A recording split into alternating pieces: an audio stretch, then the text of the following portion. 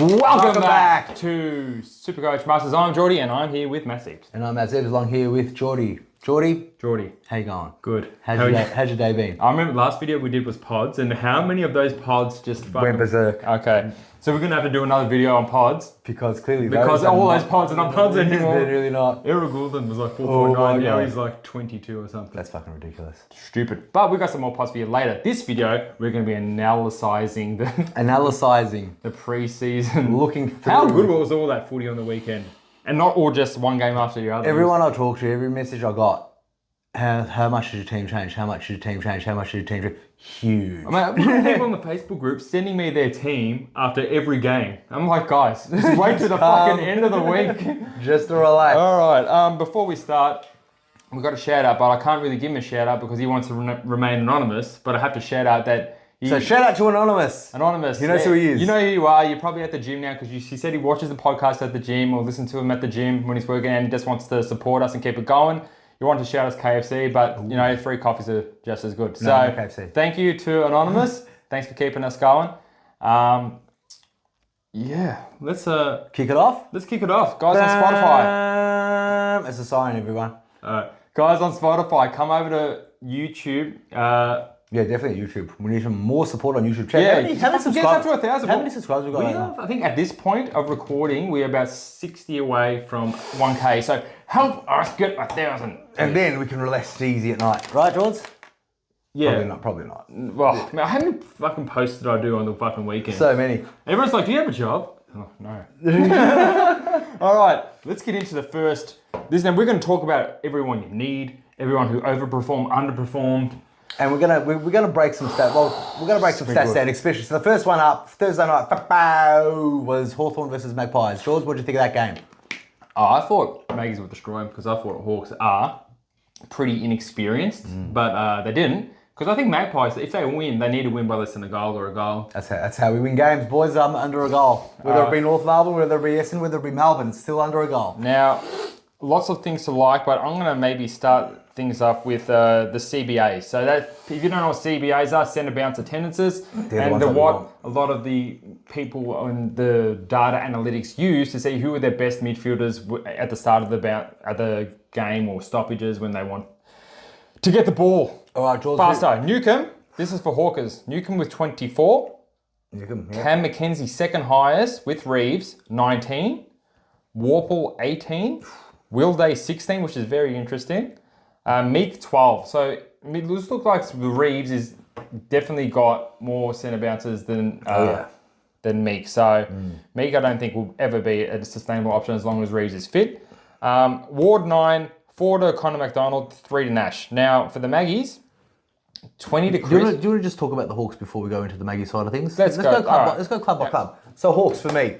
Newcomb was obviously going to get the most. Obviously, we all think that the centre bounce superstar for Hawthorn and leading the charge will be Newcomb in that midfield. Now, what surprised me and what actually impressed me was good old stinky James Warble.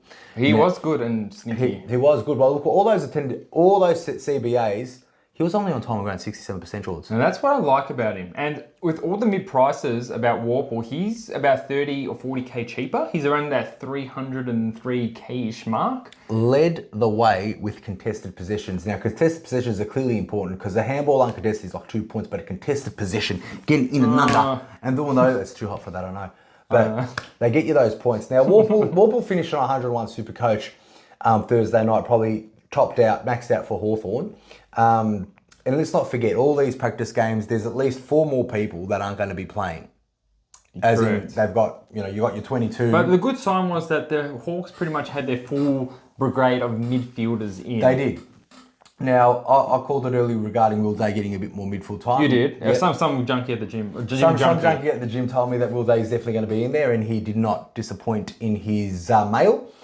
He played pretty well. What did he score for the guys at home? Mr. Will Day, I watched the game and followed him closely, so he was pretty low at half time. He didn't score much, but then he came home a bit strong in the second half. He scored 88 with 20 touches. It's fun to watch, especially if you don't like those Yos and other types. Yeah, 360k in the back line, not bad. Yeah.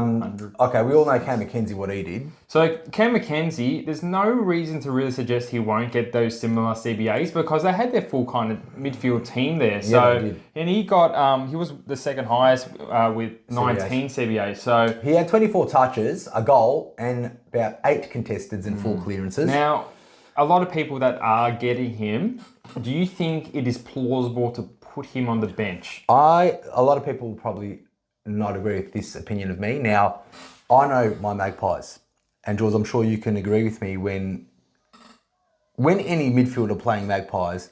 Everyone kills him. Is that what you're trying to say? Yes. All the midfielders kill Collingwood. Like, we might win games, but the midfielders in Supercoach points, they rank. Now, what I noticed a lot about this game was it was very free-flowing. A lot of the midfielders killed him. A lot of the midfielders did actually get their hands on the ball, but there was hardly any tackles for each team. So 14 goals, 16 from Hawks and 15 goals, 16. Yeah. No defense. It was a fun game to watch because it was just up and back, up and back, up and back. There was no pressure. There was no tackles. The most tackles that was done in the game was probably by Jack Crisp and Tom Mitchell, and that was 6. The most tackles from Hawthorn was 4 tackles, and so there was no one. When you look at a proper contested football game, competitive game, you know you've got a lot of players getting 6+, and sometimes 9, sometimes 10, 11. So what was that? My point is what that means for Supercoach is. Your question for Cam McKenzie would have put him on the field. No, I want to put him on the bench. I know he got 24 touches against Collingwood who don't tag and who were not tackling. And as you can see, a lot of the Hawthorn... I don't mind either way. So, like, a lot of people think you need a lot of your money on the field. I don't agree. I agree with that to an extent. I think it's good to have most of your money on the field. It's just tough with the midfield because there's a lot of spots and a lot of players that you want to get. So I don't hate having Cam McKenzie on the field. I don't usually like that rule of having someone so expensive on the bench.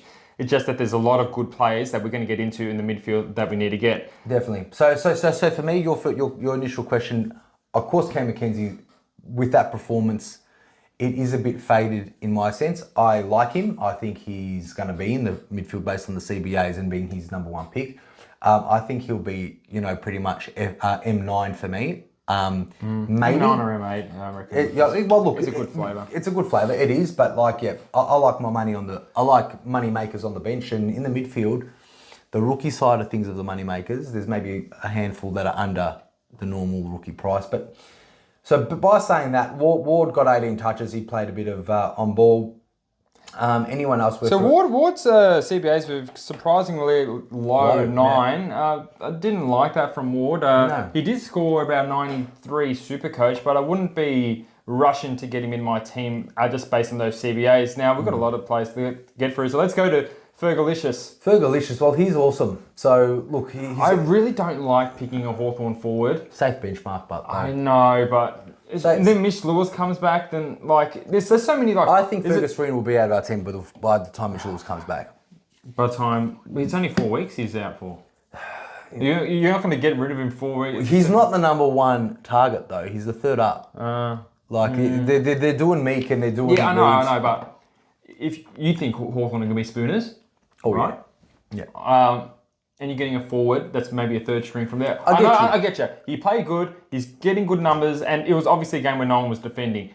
I can see Fergie getting 40 Supercoach points a game. I don't love him as a pick. I know if there's better options, I'll probably go for them. And I don't think there is in the forward line. I don't know. Yeah. And that's why that's why there are a couple of sneak ones they will go through. Oh, look, that's appealing to any Supercoach who wants to get a rookie at 84. He kicked 3 goals, 3 goals, 2, only 8 possessions, 5 marks. Like, he's not someone that you would want to start. Yeah. Definitely not. Yeah. But you need to fill up your team. So Fergie Green, I'll give him a tick for now, and there's no more practice games to watch. So I don't mind him. Bramble, surprisingly, was taking all that kick-ins, George. Yes. Do you want to go through all the kick-ins now? Yes, he's stealing Sicily's kick-ins. So, yeah, he was. But he got 6 kickings. Does that continue when the real stuff happens? I think maybe he gets a bit of it. I think he does he got a couple last year. Bramble was relevant maybe 2 or 3 years ago and then really dropped out of it. Sicily got 5, so the guy's getting Sicily. 5 kickouts is a really good kind of amount. That's already pretty much 25% of his possessions that he's just getting for free if he gets around 20. So what did he score? He scored around the 90s from memory, Matty. He scored 96. He got 22 touches, 10 marks. How was his time on ground? He played more than anyone, 93%. Yeah. So obviously Sicily, and what you get, you're probably going to pay for. I reckon Sicily around the 90 to 110 kind, 115 kind of mark for him this year. Hardwick had 4 kickouts. Impey had 1. I know some people looking at Impey as a cheap option, but you know what? He's getting 60s. I can see him continue getting 60s. I think that's a big no for me, Matty. Yep, I agree. Also, I wanted to mention Finn McGuinness. Now that Finn McGuinness, the tagging of Finio. Oh, the tagging of Figo. Like he was on that good old. Who was he on? He was on Dacos. He killed Dacos. Didn't he? I told you about Finn McGuinness when I spoke to Josh. And he said, he'll be tagging. And he definitely. did, and clearly... And that's what he did. And that's what he did to Dacos, kept him to... Now, everyone thinks that he might be tagging forward dangerous defenders. I don't think that's the case. I just think Collins' most dangerous player is, in fact, maybe Dacos. And that's why they sent it to him. I think round 1, it still could be Parrish. And we saw how well Parrish got with the tag. Well, we'll get to that. We'll definitely get to that. Or it could be Merritt. So it's definitely one to be wary about. Yeah, no, I think that's all the relevant as far as... so the considerable options that everyone's thinking and talking about... Dylan Moore, that was another. He played 43% game time. So he played in only half and he scored 70 points. Yeah. Absolutely amazing and huge. He does that though. But he does that even last year. Like he always gets 60, 70 points by the first half. So, but no, I don't think he got many CBAs, if any, right? So he just does what he does. I think just purely based on his own skill. They don't look like they're going to be playing him through the midfield that much. Yeah. Dylan Moore, a decent pod to... Well, but summing up Hawks, look, the ones to probably look for or consider, if you got the balls, you got obviously Warple, Cam McKenzie. Sicily's always been in around the mark. You know, we think Newcomb's going to increase on his average, but he ain't going to be a top 10 option. So. No, Will Day, if you want that, 3-6 mid-price player in the back line, because I think he will score well, probably 85 plus. And then obviously our big Fergalicious in green as a 123 forward player. George, let's go to the pies. Let's go to the pies, Matty, because I want to speak about some pies. Crisp was the highest CBA getter at Collingwood with 20. So was the Goey, 20 apiece. Oh, how good was And they both looked really good. Tom Mitchell was the next highest with 19, so not bad. Pendlebury was 16, so Pendles is still in the mix. And Mason Cox, 14, so higher than Decam. Okay. And Taylor Adams, 11. Nick Dacos, 2 centre bounces. Lipinski, 2. Josh Dacos, 2. Sidey, 1. Darcy Cameron got 17. Well, look, good old Darcy Cameron. So let's start off from the start of the game. The start of the game clearly was Jordan De Goey, 31 touches, didn't even get a goal. 12 contested, 8 clearances. Yeah. He looked like something else in the first half, and he was dominant. A lot of people consider him De Goey. He only had 69% game time. But can you trust him? He's already got a... He might be rewarded. But I'm sure he did a nice big body slam tackle on Big Reeves at that. Wasn't it Meek? Reeves. 17? Tackle on Reeves. Wow. But he also got 5 free kicks for, so he only got 3 tackles. So Crisp as well, if he was in defender, if he was in defence, he's a really good price, I think. Yeah, so you had 24 touches, 4 clearances. The contested possession pig, Tom Mitchell, again comes out. He only got 8 kicks, 20 handballs. He tackled the most. He got about 5 tackles. 16 contested. Not as much clearances as we like Tom Mitchell to get. He only got 3. The biggest clearance king was De Goey at 8 and Taylor Adams at 10 clearances. Hence why their score got over the hundreds. But Taylor Adams also looked pretty juicy. He does look juicy. Now let's go to Darcy Cameron. That Darcy Cameron, obviously... And let's just talk about them more, because Darcy Cameron 17 CBAs, and Mason Cox 14. But the ruck contest all around the ground, Matty. What do you mean? What are you 17, 14? The percentage CBAs. Attended? Yes, attended. Not percentage. No. Yeah, okay. Attended. Cool. Yeah. And then the ruck contest all around the ground. Mason Cox attended 48, and Darcy Cameron attended 37 all around the ground. So it looks like Mason Cox is definitely who they want to go with as the number 1 ruck. That, to me, Matty, I don't care if he scored a 90, 91, whatever. He scored 97 with 11 kicks. He's back in. He's back in. Yeah, 97. That is not sustainable as a second ruckman. He's the second ruckman behind Cox. We've got the stats for you. 48 to Mason Cox, 37 to Darcy Cameron. I don't think he's going to be a good pick. Clearly he was efficient. He was 90% efficient. So when you get 77 Dream Team, 97 Supercoach, there's a 20-point difference there. So what that means is clearly, and looking at his efficiency, he probably missed one one kick he didn't handle. So he missed one kick that it was a clanger and that was it. That's why he's got such a high score. So it could be a bit of a trap if you're safe to say. I think he is going to be a trap. Bit of a trap. But before we get into that, because I got the ruck contest up, all around the ground, it was 43 to Meek and 42 to Reeves. Dead even. You can't touch any. No. I reckon both of these teams, because I know there's still a lot of Darcy Camerons in there, about 20% or something like that. Now, let me talk about Nick Dacos. Now, Nick Dacos, it wasn't a soft, it was such a hard tag. McGuinness was everywhere. I saw in the contests, Dacos will go here, Finn McGuinness will sprint just to be next to him. But for someone like Nick Dacos, who's obviously... I didn't mind his performance based on a strong tag. Well, look, again, in that case, it was 58 Dream Team, 72 Supercoach. He had, 17 touches, 5 tackles, 3 of those kicks were kick-ins. It's scary, but it's not, because someone gets hard tagged to get a 72 at $500,000. You think that's going to be one of Nick Dacos' lowest scores of the year, 72. You think if he gets hard tagged and he's getting 72... Imagine what he's getting when he's not hard tagged. I reckon around 100, 110. So I still find him in contention and very considerable. As far as Absolutely. Everyone else besides Dacos, but Tom Mitchell, my boy Tom Mitchell. Now, you want to speak about Tommy? Did his performance, did he sell you or did he unconvince you? What did you think that was a good performance or not what you wanted to see? I like the based on how I saw those handballs, and they were efficient. So 16 contested possessions, he was in and under. That's what probably Pendles was talking about. His role is going to be that in and under extractor. And if it's Dream Team, it's a different story. But this is Supercoach, and Supercoach rewards contested clearances. He did have the most for Collingwood. Yeah, well, he had 16. He had the second most in the game. So Warple got 17 contested touches. Yeah. Mitchell got 16 contested touches. I still didn't even think like he was full throttle, to be honest. No, he wasn't. I think he was on 107 Supercoach at one stage and he got brought back. Scaled down. Look, those kicks could be a lot better than what they are, but mate, if you're handballing them to the goal into goals, kicking goals or inside 50s, like those Supercoach points. So you like his performance? I like his performance at that price, yes. He had 19 CBAs, which was just, I think, third for Collingwood, which is kind of what you want to see, but they spread it so evenly with their CBAs because Pendlebury's getting in 16 in there. Taylor Adams even only got 11. And to get 101 points, like his meters gained was like 107. So there was a lot of I saw, I think at maybe half time, he was on 0 meters gained. You know what I mean? I know, they love showing that when Tom Mitchell gets his handball. Like he gets his handballs and he hands them backwards, and it's fine, they still get contested. But if he gets a few more meters gained and a couple more kicks, he can kind of get to that 110 mark average. But that's the thing, he's in and under and he's just trying to look for someone to get the ball out to. That's his role. So he's not going to be a high meters gained player. It doesn't mean he's going to be a bad player. Well, he's still got 28 touches, 16 contested, only 3 clearances. I would like to see more 3 clearances from Tom Mitchell. From what I saw from him, I think he's not going to be a top 10.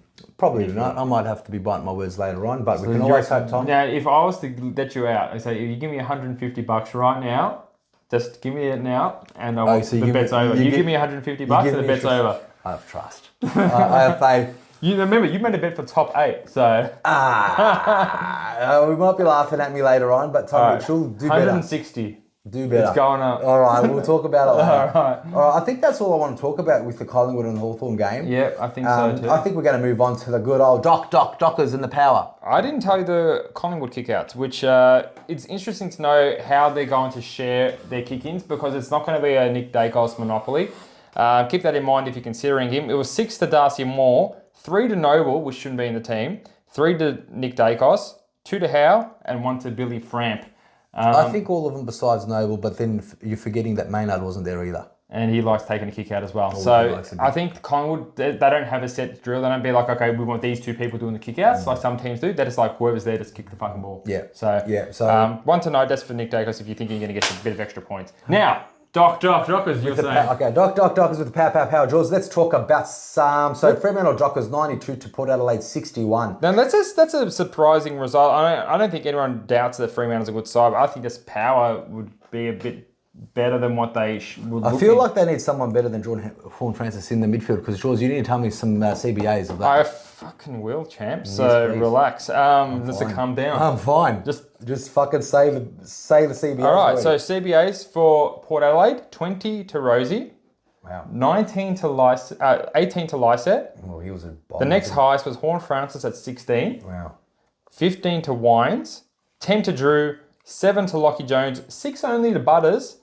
and 4 for Tickle. And I'm sure you guys don't care about Charlie Dixon and Pepper. All right, so let's talk about that Port power. So, the top 3 players were Horn Francis, Rose, and Lysette. Now, Lysette bombed out, even though He did. He was up against a tough ruck. He had 50 ruck contests all around the ground, Lysette, and he scored a measly 36 Supercoach. 2 kicks, 6 handballs. I really wish everyone that was getting Lysette was doing the Lysette and forget. He was, so he was a dud. And then the second most player, Horn Francis. Now, Francis, how much time on ground did Lysette have? Only 60? He only got 60% game time, which is kind of like a Nat Nui type game time thing, but still 36 is nowhere near looking at. Yeah, because even if you got 80% time on ground, he was looking at a 56. I think everyone that saw that game, if they had Lysette, if they watched it, he's not in anymore. Yeah, okay. I wouldn't be surprised if he's in. And I don't think Tickle is going to be a very good option either. I know you only played over a quarter, but 8 Supercoach points. Guys, it's time to he's going down in money. Yeah, he is. Now let's talk about your boy Horn Francis. Now second most CBAs in the game. Now third most.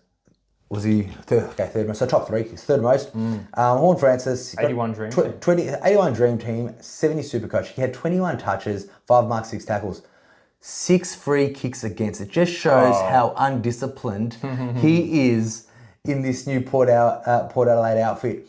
So he's got a lot of upside then. So if you can just not give away free kicks, that's about 6 times how much is that? And he'll get about an extra 25 points. Well, that's about a 97. No, Jules, Sean Francis got 97. I'm not even telling you the juicy part of this. He had 9 clangers. Wow. 6 frees against and 9 clangers. He's got so much upside. So his efficiency was at 61%. And 9 clangers, I'm pretty sure 6 free kicks against are going to contribute to the 9 clangers. But I just love to see the most clanger king in the game was good old Horny Francis, and which leaves our number 1 CBA dude, Rose. That's really interesting. Oh yeah, I really like that stat. So guys, if you're considering Horn Francis, just know he's got a lot of upside. He can only 6 free kicks. I mean, if you look at him, 6 free kicks. If you look at it like, I thought it was Bruce we're playing. Like they're Bruce stats. By the way, we'll get to Bruce. We'll get to Bruce. We'll get to Bruce. Yeah, but you can't argue that his role is very good. Look, the role's there. The role's there. What is he, 19 years old as well? The role is there, but I'm going to say this now. The role is there for him to lose also. And a performance like that, I don't think Hinkley will be thinking, hey, you done well, Horn Francis, with 9 clangers and 6 free kicks against. I don't think he will be saying that to anyone except for maybe Rosie. But maybe. Look, his role's there. He didn't look like he had a full, tank. He looked like he was getting tired around the 4th quarter and his hands was on his horses. I like this stat for him failing because if they got killed by 30 points, Port Adelaide lost by 40 points. Horn Francis was their second guy in the third main guy with 9 clangers and 6 free kicks against. Well, second midfielder.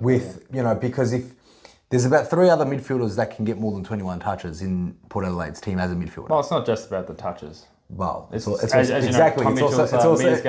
also about efficiency and not giving away 6 free kicks in the hideout. Anyway, so those are top 3. Rose clearly someone to really consider if let's face it, George. Rosie, there's so many good options in the forward line, but you think that you'd need to get Rosie. He had the most CBAs for Port Adelaide.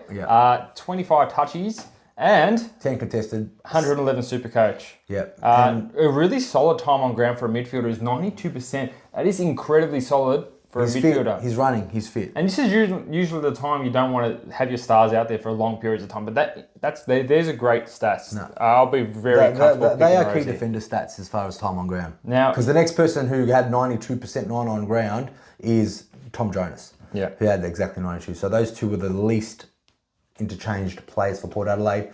Anyone else in there that you I want to talk about the kickouts for Port. That's 6 for Houston, which is really, really, if you, some reason you like Houston, you saw he's got 6 kickouts, that's really good. Ryan Burden got 6, but other than that, Kane Farrell got 1. So these are one of the clubs that are like, it's either Houston or Burden taking the kickouts. It will do really well to elevate Houston's kind of floor. I was speaking to someone today at the gym. He's one of our... It was a weird conversation. He's one of our guys. He's got, Supercoach name. So Tom, Tom? Oh, Big Muscular Tom. Big Muscular Tom. So Big Muscular Tom... You know that Muscular Tom. I saw him bit. I saw him shoulder press 60 kilos. I was pretty impressed. I can fucking do 60. Anyways, all right, Jam. While he's drinking his protein. You're fucking huger than you, Tom. Anyway, Tom brought up Dersma. He showed me. You know what the fuck you're doing. I had to throw under the bus, Tom. Fucking Dersma. What did you just say? Yes. Oh no! I said no. I wasn't going to lie to him. He's, like I wasn't going to sit there. It's a great pick, Tom. Jordy wants you to pick it. He had Dersma and he had a couple of. What did Dersma do? Well, Dersma has got 24 touches. He got 86. Yeah. That's not bad. But he's 360,000 or whatever it is. In the midfield only? Midfield only. So Geordie's already, look at that greasy Geordie's given Tom. Anyway, so he played a good game. He was clearly out of favour all last year.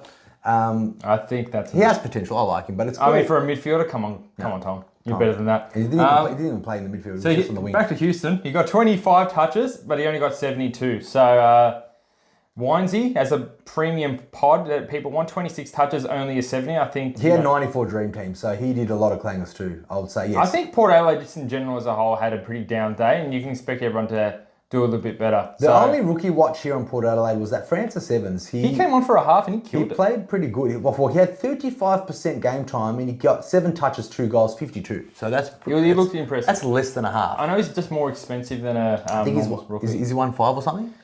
I think he's around 1.5, 1.4, something like that. Anyway, so that's Evans for you. So that's moving on. If he's named round 1, I'd consider him over Fergie. Oh, well, look, because Willie Rioli's not in this team either. So you'll think he's going to join right in. Yeah. So probably I think Willie Rioli's over him. All right, let's go to that Dockers. George. All right, Dockers CBAs, and I'll give you the kickouts right after it. So Dockers CBAs, very, very pleasing if you're a Darcy owner because he had 22.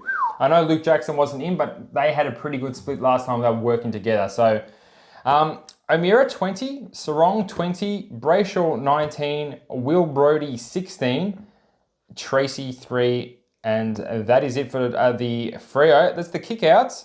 Hayden Young took the most with 4, but it looks like they're spreading it quite evenly back there. So Wilson 3, Cox 2, Clark 2, Chapman 1, Ethan Hughes 1. So who knows, maybe Luke Ryan, when he comes back, he takes a bit more of that. So if you're a young owner or enthusiast, like I thought I was, definitely not anymore. His role that he had in the intra-club match, young. So the role that he had in the intra-club matches obviously has gone down the hill because he does not look like he's doing all the kickouts, which is going to raise his floor. What did he score, Matty?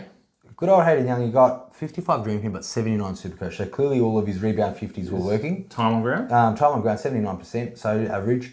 So I want to talk to you about those sexy CBA stats that you had. Now, a lot of people have been questioning, Sarong and Brayshaw. Let me tell you this, Brayshaw and Sarong are in the same boat. Sarong and Brayshaw, 101 and 107 Dream Team, only 86 and 84. Brayshaw got 9 clangers that game. Yeah. That's not like Brayshaw. No, it's not. So if I was a Brayshaw owner, or I wanted him 36 touches. 36 touches to get you 84 is like, wow, you got to look at something. But I think he's going to improve on that. He had 9 clangers. But those contested possessions were clearly Will Brodie's and Sarong. So Sarong also had 101, but Dream Teams, but 86 Supercoach. He had 32 touches. Yeah. Didn't hit he had 2 shots on goal, missed them both. Yep. But 14 contested and 8 clearances. Yeah, that's what you want from a Sarong, really. If I was on Brayshaw, which I haven't been in my team, I wouldn't be dissuaded from picking him based on that performance. No. A premium in Freo I want to talk about is Will Brodie because he got 36 touches, 117, 6 tackles, 16 contesteds. Now, this is the most interesting fact and stat yet. He played 76% game time, which is his second highest time on ground in his career of all time. So if he actually built on his tank, he could take it to another level. So Costanzo, maybe the first time we met, then you show me Will Brodie, he might be coming back in. Isn't Costanzo? Isn't he the same one who wanted Sarong? He doesn't want some Freo fucking. Why don't you just get O'Meara too? Get them all, Brendan. But there's someone else. So we need to. We need. You can announce. No. I'm not talking about. Oh, you're not talking about him. No. I'm going to be talking about the elephant in the room and why he's in 39+% of Supercoach teams. That's called Big Sexy Nathan Fife. All right. So George, what did you think of his game? And what did you think of his score? He played like a forward. I reckon about 4 people asked me, "Are you considering Fife?" I haven't considered Fife until I saw McLean do really shit. Oh my God. Because the F6 has just gone into absolute hell. But no, I'm not getting Fife.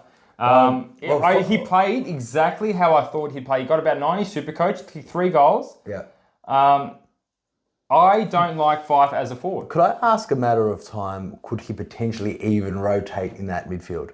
Or there's just no room? Well, you think about the midfield they already had, then they brought in O'Meara. And none of those blokes in their midfielder have the potential to go forward like Fife does. So what you're saying is Dockers just need to play someone that's got a good defence, because clearly no one could stop Fife that day, I thought. Even though you got 15 touches. I reckon Fife can average around 80 to 90. I reckon he can as a forward. He takes really good contested masters, which is really good. He's like a Heaney kind of type of player, but a Heaney that doesn't go into the midfield at all. Yeah. He can do exactly what Heaney does. I don't want to pick someone that's a mid-pricer that's getting 90s. I don't think anyone in the Supercoach Master community should be getting 5. I could eat those words, but I'm backing myself in. Well, he had 10 kicks, 5 of them were shots on goal. Then he got 3 goals too. So if you converted a little bit better, and this is in a Freo win by 30 points. If Fife's, looks like he's, maybe right. This. So if they're losing, what's Fife going to be scoring now, guys? Think about it. Yeah. Well, like I said, we just had to address the elephant in the room because a lot of people were asking, let a lot of people in Supercoach get it, not our community.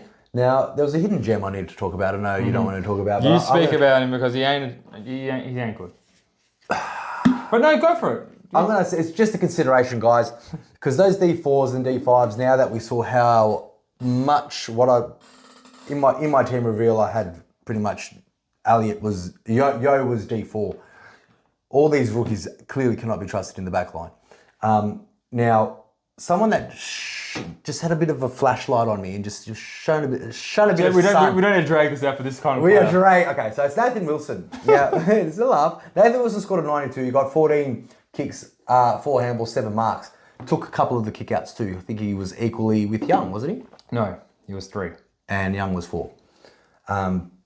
Who took all the kick-ins then? Because there was 13 points. Do you really want me to go through that list again? No. Okay. Well, look, Nathan Wilson, he's 2'6". He came from GWS. He's averaged 84. He's averaged 86 prior. For 2'6", he obviously missed. He only played a couple of games last year. I think it's a juicy price around the Jack Browers, Liam Jones, the Nasa with the Stockers. All those mid to slightly rookie prices. When we were on the phone and you brought up Stocker, it just made me sick. I didn't think you knew. I was on the phone with you last night about Stocker, and I was just throwing names out there. That's what we do. So this is how me and Jordan create our and we teams. gauge if they're good pick by the level of laughter, and there was a high level of laughter when Matty said Stocker. Well, we'll talk about Stocker soon because I'll go through some stats and some things about him. Because he scored okay. Well, he was talking about Hunter Clark when Hunter Clark. I like Hunter Clark. He only got 2 points more than Stocker, and his role is better. It's about potential. It's not just about they score, Matty. You got to think, Sam. About the money. It's about the money. You got to think. It's about the money. Anyway, so that was it for me. Let's elephant in the room again. The big. What do they call him, champ? The big green machine. The big green machine. The big green machine. Darcy. Now let's talk about Darcy because he is showing that he could go that 118 average like he did 2 years ago. Meek is out. Jackson is in, and even if it's not going to be Jackson, he's getting a good split in the ruck. Like in the run contest all over the ground, he had 70, Lysett had 50, Dixon had 21, and Tracy had 16, and Teakle had 10. So he's getting a great share of it, and they're not putting him forward, and he's looking real good. I like him. I wish I could have another week just watching him. But if you still are uncertain about your ruck 2 situation, strongly consider Darcy. Strongly consider it. I like him very much so, very much up to consideration when the teams come out in a couple of weeks. Rookie watch on Dockers. Well, Matt Johnson played 24% game time, got a 9. I don't think he won't get there. That Sam Sturt, he actually showed a bit of promise. My sturdy. Remember he was my rookie? Yeah. Sam Sturt's under 200,000, I think 1.7 or something like that. Who? Sturt. Oh no, he's 123, sorry. 123. He got 80 Supercoach. He got 80 Supercoach, 8 touches, 2 goals. I don't like him as a pick though, guys. I don't like him as a pick. We don't until as soon as Walters and Frederick come back, I think he'll be the one out. And Jackson, they'll be definitely the ones out. So that's it for me for the Freo, unless you had someone you wanted to touch on that. I reckon Sarong, Brayshaw, don't be dissuaded picking them. Brody will be a huge pod, and you would take some good big kahunas to pick him though. But out of the Freo Dockers side, I think the biggest one for consideration is that big Sean Darcy. Absolutely. For me too. All right, let's go on to the next game. And guys, this is This is a part 1 of part 3 series as the Supercoach game, AFL games were in 3 days. We're going to do this in 3 podcasts. As you know, we've gone quite in depth. So the last game is Lions-Cats. Oh, the battle of the felines, George. What do you think? Did you like the way Brisbane annihilated the Cats? I mean, I knew Geelong wasn't playing. Even Scott came out before the game and said he doesn't like preseason games. It gives too much away. So he was rested a lot of his good players. So I don't think I'll take any much out of the result for CBAs. But let's just get a bit of who was in bit of a feel. We want to go Cats or Lions first? Let's go Cats. Cats. Tom Atkins led the way. 14. Dangerfield, 14. Segler, 13. Cam Guthrie, 11. Tanner Bruin, 11. Parfitt, 11. Stanley, 10. Holmes, 8, went off injured. We'll talk about that as well. But they're all the CBAs. It looks like it was just a mixed bag of lollies. Now, before I get into anything else, let's do the kick-ins. Fife. No. Stewart. Yes. Thank you, champ. I don't know why I said Fife, guys. He's got Fife on his mind, guys. He loves that big, sexy purple man. Go.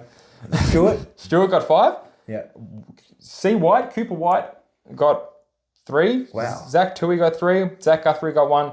O'Connor got 1. Matty. All right. Well, we all know that big considerations. Tom Stewart, I think. Stewart got 91 Supercoach. 91 Supercoach, 75%, which is not like normally he plays about 92. Normally key defenders, if you haven't noticed, they play the most time on ground. They hardly ever go off for a rest. So Geordie's saying, Brad Scott said, I've never seen Tom Stewart have more than 3 minutes off a quarter. It's good, but I like that everyone thinks, he only got a 90 in his 600k, no one's going to pick him, so that's kind of good. We all know that everyone in this Geelong team's got a great buy, so, and I wouldn't take any of these scores seriously. So, lot to consider with some mid-price champ. Before we go, Radigalia, how's that ruck looking? Much better now. Much better now. Let's all hope we will. But that's all of our followers that thought Geordie had a good idea. Well, it's a good idea. It's a good try. It was a good idea depending on where Adelaide scored. We saw what he can score and we reassessed. This is why it's such a good idea. Yeah. I don't even think, he's going to be that player that gets maybe 8 to 10, 11 positions a game. Sometimes he'll get those intercept marks, sometimes he won't, and that's what's going to be scary for him. Obviously, he's a good get for a DP. Oh, he's good for cover when Marshall or English or Darcy or any of those blokes go down injured.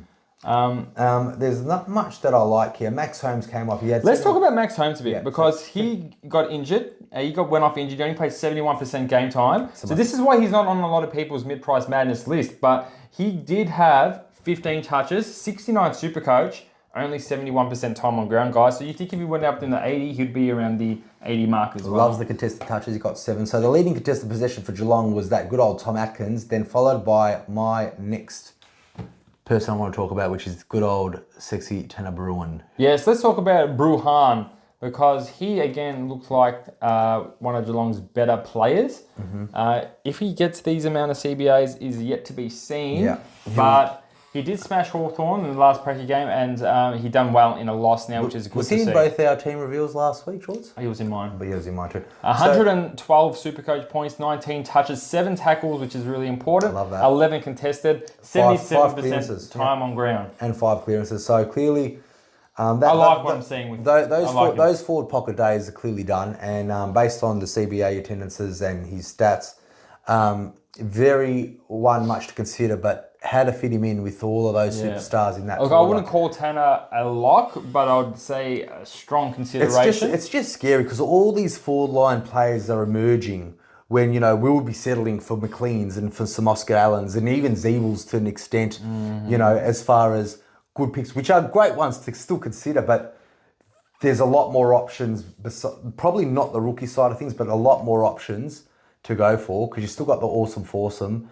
And there's so many awesome fivesome now. They're awesome fivesome now with good old Errol Goulden. Goulden coming back in, but we'll get to that game in the next podcast. But no, Tanner Bruin, I liked his game, and it's just funny how your team changes game after game after game, and you just got to maybe look back to see. Sometimes you can't just be too reactive, but with at least Tanner, we know that he had 2 good games in a row, and role change, yeah. And he's a good buy. So if he is knocking out 9, you can probably keep him throughout the buy period to help you out. That's why I like the Geelong But players. yeah, so rookie watch for me there, champ. We didn't even get to see that sexy Jai Clark play, who was the number 1 pick, who impressed last week. And I don't think there's much of note as far as rookie watch. Well, let's go into Brisbane. Let's go to Brisbane. We'll go with the Brisbane's centre bounce attendances for you guys. Oh, yeah. Now, this is not... None of this should become a surprise. So the top getter was Dunkley, 19. Wow. Now, I said in a couple of podcasts ago, he's going to be a good captain option. And if he scores 146, he's going to be a good captain option. By all means. Please. Now, next was Neil, 18. It's really good if you're still liking the Neil train, 18. Oscar McInerney, 14. Ashcroft, 13. McLuggage, 11, which is about what you expect from McLuggage. Bailey, 7. Fort, 6. And a couple of nobodies. Well, let me just talk to you about the that whole midfield. Like as in the ruck. That looks so good. Like Dunkley, 20 contested touches with 8 clearances. McLuggage, 17 contested touches with 10 clearances. Neil, 13 contested with 6. Clearly these guys dominated. Let's read out some Supercoach scores. All right, so Dunkley got 146 with 31 touches. Yep. No goals. Tackles. Then you got McLuggage, had 26 touches, no goals, with 4 tackles. And good old Neil. 134 Supercoach, McLuggage. Oh, yeah, 134 Supercoach. That's Neil, not what we're going. Oh, yeah, we just skip past that one. Neil, 121 with 31 touches and a goal. What you expect from Dunkley and Neil are clearly going to be what we expect, do you not? Like, they're great scores, but... Yeah, I'm more of the same from them guys is what I'm expecting. I obviously think Dunkley will come down a little bit. Geelong did have a kind of depleted team and they won by 50 points. Yeah. But one to note, a lot of people think, McLuggage, you got 134, he's a viable option. I don't think so, not with about 7 or 11 kind of centre bounce attendances. That's not really sustainable for mine. Neil looks great. Dunkley looks great. Well, yeah. And if you wanted to POD in the background, that Harris Andrews, like I said just before, his time on ground was 100%. He got 129. He doesn't leave. Supercoach. He did not. And he's underpriced from what he usually costs. 430. So he got 19. What did he get? 17 kicks, George. He got 17 kicks, 6 handballs, 7 marks, and somehow there were 11 contested of that in the back line. And he did not leave the ground one bit for a breather. Those are the main premiums there. Well, there's Daniel Rich, and we'll get to that in the kick-out. So Rich had 5, so he's obviously the man of the moment. McKenna had 2, Coleman had 1, Starsfish had 1. So it looks like the ball is only going to be in Daniel Rich's hands when doing kick-outs. Coleman only got 1. I know a lot of people like him. He's obviously played with improvement. He got 79 Supercoach from 69% game time. Not for me, and shouldn't be for you either. No, I think we already mentioned that. Now there's rookie watcher on this team. There's a lot to think, a lot to like. Obviously, the number 1 main man is Will Ashcroft. Will Ashcroft. He got 96 Supercoach, which is. We shouldn't. He's the number 1 most popular player. 26 touches, 5 contested, 3 clearances. He's in everyone's team. He's in everyone's team. Now let's talk about the ones that we on thought, the field. The thought that we thought we could have on the field, or maybe. Wilmot and McKenna. Good old Wilmot. Oh, man, he got. Can we play him on the field? He got 52 Supercoach, 9 touches. No? No. Look, 9 touches, 52 Supercoach. He got 44% efficiency. So pretty much more. So 5 out of his 9 touches were clangers. Yeah. Or ineffective. Then you got Connor McKenna. Connor McKenna got 14 touches. He kind of looked good at the second half. But the game was already won. Yeah. Against Geelong Cats. For the Supercoach, because obviously when you're in the clenching games, some possessions are going to be clenching. You know what I mean? No. Clutch moments. Oh, clenching. Clenching, yeah, clenching. That's not a word. It is now. Okay. So clenching are the clutch moments. Clutch moments. You're a dumb clunch. Yeah. Sure. Right, it's clenching. Compliment. Yeah. So when the game's already won and you're in the third quarter and you're starring in the third quarter, you're clearly going to get less Supercoach points than what they are when it's a clenching moment. So I don't even know if McKenna. I wouldn't feel comfortable that McKenna's even going to get named for round 1 personally. He could, he could, but I don't know. Maybe he's not. There was more of an expensive rookie that Geordie liked, that James Tunstall, 12 touches. They all scored 52, 53, 54 Supercoach. Yeah, 71% time on ground. Respectively. But now there's too many options in midfield to even consider someone like Tunstall. So let's call it there. I don't think we need to talk about the rucks and the Jack, contest. you don't want to talk about Oscar McInerney? Look, he was rucking against pretty much nobody. So he had Segler and Reece Stanley, and I think Segler attended more centre bounces. And if he's not getting 120s, 130s Against Segler's, then... he's never going to be a viable option. Yeah, okay. All right, so let's leave it at that. On that dull moment... On that, we're turn the podcast off with a big bang and talk about Oscar McInerney. Join us for the next 3. We're going to get straight into it. Yeah, just straight into it. Hang up, have a break, and then watch the next one. See you tomorrow, boys. See you tomorrow, guys.